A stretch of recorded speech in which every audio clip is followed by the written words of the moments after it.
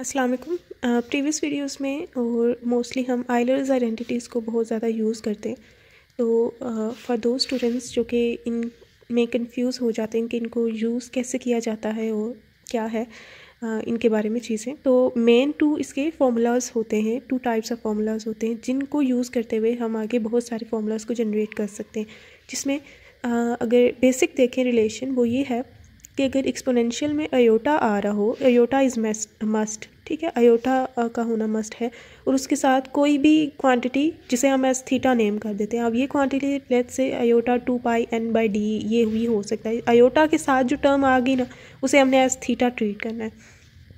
So according to Euler's identity we can write this exponential term as cos of theta, ठीक है, aorta इसमें नहीं आता, plus iota हम बाहर लिखते हैं एंड साइन ऑफ थीटा। अब थीटा जो क्वांटिटी होगी वो हम एज एंगल ऑफ दिस को साइन एंड साइन टर्म्स लिखेंगे, और अयोटा इसके साथ आ जाएगा जो कि ये इस तरह की हमारे पास ये आइडेंटिटी बन जाएगी। This is the complex part and this is the real part, ठीक है। अब अगर e⁻ अयोटा थीटा हो जाए तो क्या होगा, ये सब कुछ एज इट इज़ रहेगा, लेकिन यहाँ पे माइनस साइन आ जाएगा जस्ट, ठीक है। यहाँ पे प्लस है तो यहाँ पे अगर माइनस हो जाता है तो इसका साइन, जो साइन है उसका साइन चेंज हो जाएगा।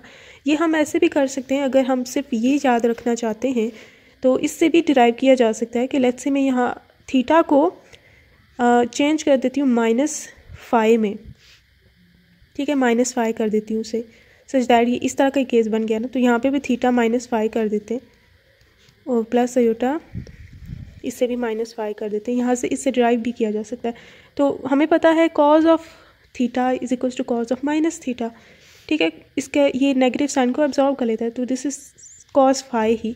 इसका नेगेटिव साइन जो एंगल का है साइन का, और साइन के अलावा तमाम फंक्शंस का, कोसाइन के अलावा तमाम फंक्शंस के पास ये प्रॉपर्टी नहीं होती, तो ये नेगेटिव साइन बाहर आ जाता है, तो ये यहाँ पे ये बन जाता है -अयोटा फाई।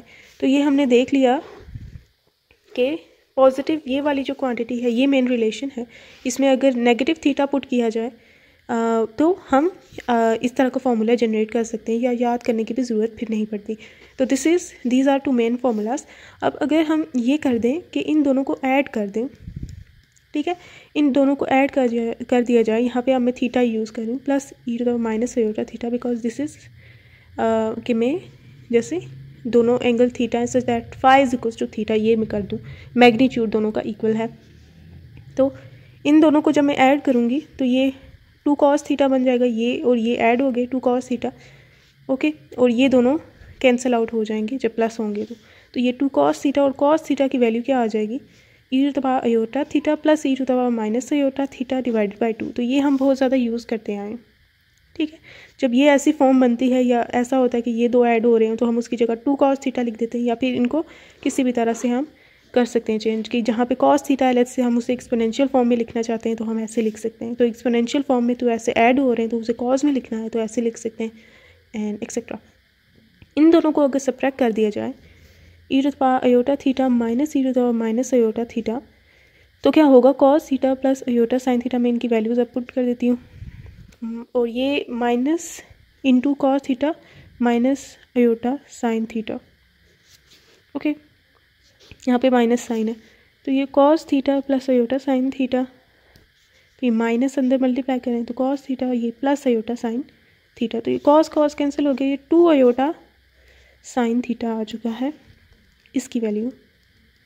तो अगर मुझे सिर्फ साइन थीटा की वैल्यू चाहिए लेट्स से, तो ये मैं 2 अयोटा इधर डिवाइड कर सकती हूँ और दिस, तो ये भी फॉर्म बहुत ज़्यादा यूज़ की जाती है जिसमें हम साइन फंक्शन को एक्सप्रेस कर सकते हैं as in the form of exponentials, और यहाँ पे डिवाइडेड बाय 2 अयोटा फिर आता होता है। तो these are the Euler's identities जो हम मोस्टली यूज़ करते हैं।